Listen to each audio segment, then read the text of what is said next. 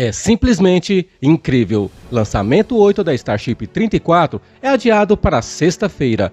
E no voo 9, SpaceX pode capturar Super Heavy Booster e a Starship nas torres de captura.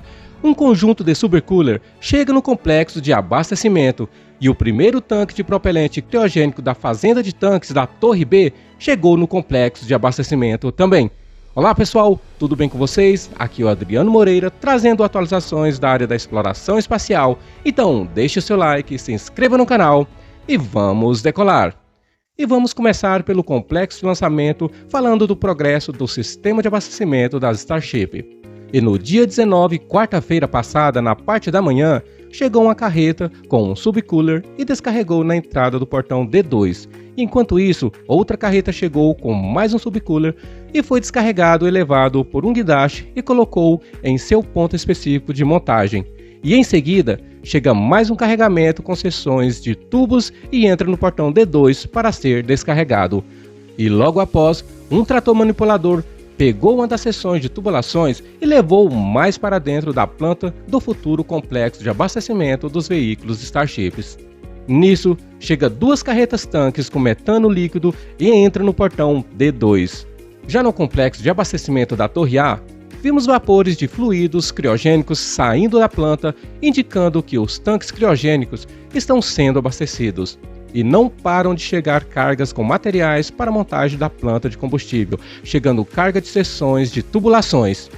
Continuando na quarta-feira, mas na parte da tarde, vimos mais uma carga com vergalhões entrando no portão D2. Esse material pode ser usado para a vala do defletor de chamas para fazer o piso ou as paredes das laterais. E em seguida, chega uma carga com estruturas para suporte das tubulações dos fluidos criogênicos. E logo após, chega mais uma carreta cheia com mais vergalhões. Continuando, vemos chegar outra carga com estruturas de ferro e uma folha de metal para cobrir as valas de commodities. Mais tarde, vemos uma escavadeira colocando as folhas de proteção de ferro. Já do lado direito, vimos uma escavadeira fazendo algum tipo de serviço escavando em um ponto específico. Logo depois, chega mais um carregamento de estruturas para as tubulações de fluidos criogênicos como metano e oxigênio ou nitrogênio líquido. Mais à frente, no portão D1, temos várias carretas com propelente abastecendo os tanques se preparando para o próximo voo. Já na parte da Torre B, vimos dois guindastes levando um tanque no qual não sei ainda qual será o seu uso. No entanto, ele foi levado e instalado ao lado de outros dois. E nessa outra imagem, vimos o sistema de controle dos propelentes como válvulas, atuadores e bombas nas quais vimos uma equipe fazendo trabalhos de montagem. Agora, indo para a quinta-feira de manhã, vimos chegar um carregamento com tubulações com proteção térmica para as linhas principais de propelentes criogênico. Logo após isso, o guindaste amarelo pega um subcooler e deixa ele no seu lugar específico para ser montado. E mais adiante, outro guindaste levanta outra estrutura para ser montada na planta de abastecimento. Agora, mudando para essa imagem, temos a Torre B e o portão D2, só que de um ângulo diferente. E nessa outra imagem com mais nitidez, vemos as tubulações com suas válvulas nas junções das curvas e o atuador, sendo esses componentes vermelhos que nos quais atuam para abrir e fechar para permitir a passagem do propelente, no caso o oxigênio e o metano líquido. E na mesma linha mais atrás, vimos as bombas de múltiplos estágios que estão ligados nessas tubulações nas quais fazem parte do sistema de controle. Nessa outra imagem, vimos também uma linha principal com as suas tubulações com proteção térmica para oxigênio ou metano líquido. Agora, indo para sexta-feira no começo da manhã, o dia começa com mais caminhões de oxigênio passando pelo portão D1 e enquanto isso, tem outra carga de um tanque de pressurização parado no portão D2 para ser descarregado.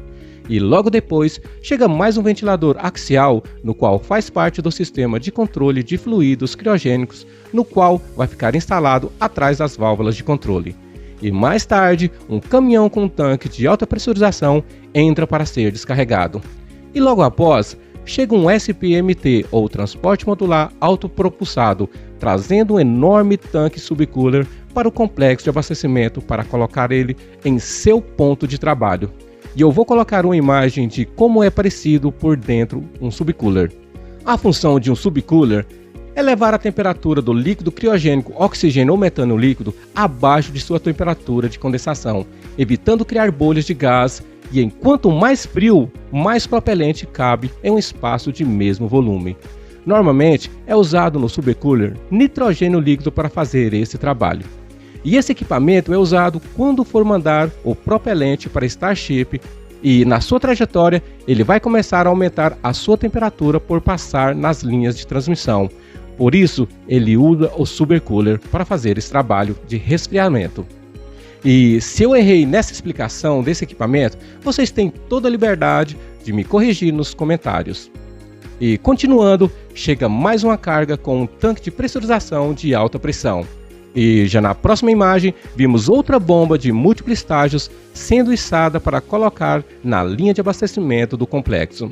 E agora, vou colocar uma imagem para vocês da bomba de múltiplos estágios e sua carcaça. Estarei passando todos os dados dela para vocês dar uma olhada e conhecer um pouco do poder dessa bomba.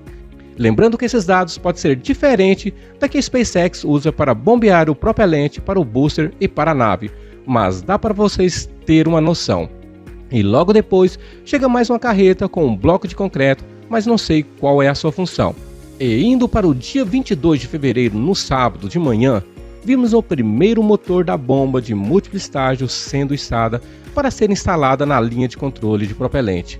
E por essas imagens dá para ver o tamanho desse motor, no qual tem que ter muita potência para colocar uma bomba dessa para conseguir enviar com rapidez tanto propelente para Starship.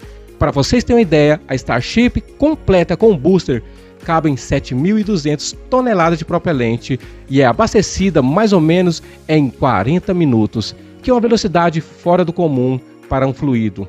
E por isso o complexo precisa de um componente muito grande e potente. E é por isso que eles usam grandes bombas e motores para enviar esses fluidos. Agora, vamos para o começo da madrugada desse domingo, no qual, se eu estiver certo, chega o primeiro tanque da fazenda de tanques dos propelentes em cima de um SPMT. E uma coisa curiosa é que o tanque chegou 1h51 da madrugada e foi liberado para entrar somente 2h45, quase uma hora depois, para vocês terem uma ideia da complexidade da logística de transporte de um tanque dessa magnitude. E por essa imagem do RGV Aerial Photography, esses tanques vão ficar posicionados bem nessa região. Lembrando que a fazenda de tanques da Torre A tem um enorme muro de proteção para proteger o complexo da chama dos motores do Super Heavy Booster, no qual o defletor de chamas direcionam-as para todos os lados. Já na Torre B, terá uma trincheira para direcionar as chamas somente para os dois lados específicos, podendo não ser necessário um muro de proteção para os tanques. O que vocês acham? Qual é a melhor opção de defletor de chamas? Deixe os seus comentários.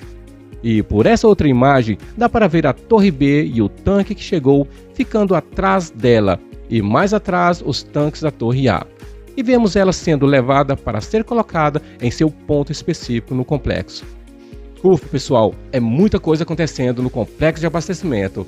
Mas agora vamos para o complexo de construção para ficar atualizado sobre a Starship.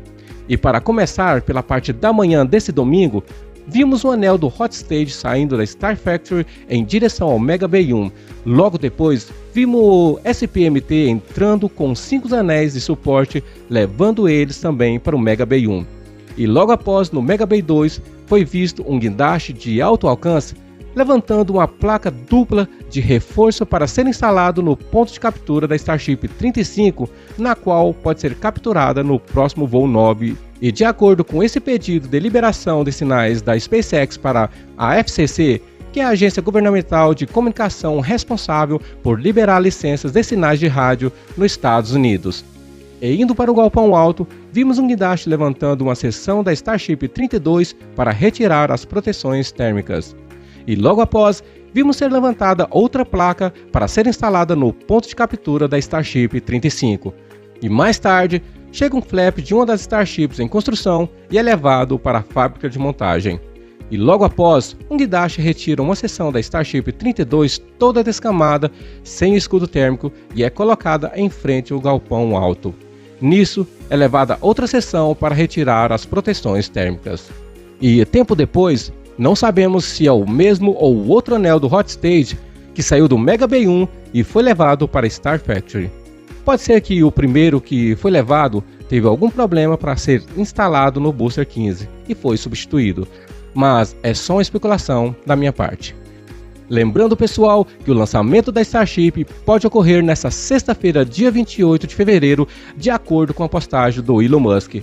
E se a gente for lembrar, tem somente um mês e pouco aí que foi o último lançamento. Então a SpaceX está trabalhando com muita velocidade e muita frequência. E se for no mesmo perfil da outra, será na parte da tarde com a Starship 34 e o Booster 15. Lembrando que essa espaçonave já está na versão 2 com muitas melhorias e mudanças no seu tamanho. E se você não sabe, essa Starship do Bloco 2 tem tanques de propelentes maior com mais capacidade de voo. Os seus flaps dianteiros foram modificados e mudou a sua orientação, não sendo mais no centro da nave, em um ângulo de 180 graus, mas em um ângulo mais fechado para ter um menor contato na reentrada no seu retorno. E ela aumentou uns 2 metros de tamanho, indo para 52 metros de altura, por causa dos tanques, como eu disse anteriormente. E a SpaceX também atualizou o sistema aviônico, sendo mais confiável para que ela possa ter uma precisão mais fina na hora do seu pouso. Ela pode ter centenas de mudanças que a gente não sabe, mas os fogueteiros de plantões estão sempre atentos em cada informação que é liberada pela empresa. E nesse lançamento, a SpaceX vai fazer um teste de simulação de implantação dos modelos de satélites da Starlink no espaço para testar o sistema do dispenser para, quem sabe, no próximo voo lançar satélites operacionais. Lembrando que, para a SpaceX continuar com o desenvolvimento da Starship e querer ir para Marte, ela tem que ter uma renda aqui na Terra. Então, é essencial que a Starship saia do protótipo de teste para um modelo operacional. Quer ter mais atualizações sobre a Starship e do seu progresso? Se inscreva no canal e deixe seu like, que estará me incentivando a continuar fazendo conteúdos para vocês. Obrigado a todos que chegou até aqui e até a próxima. Tchau!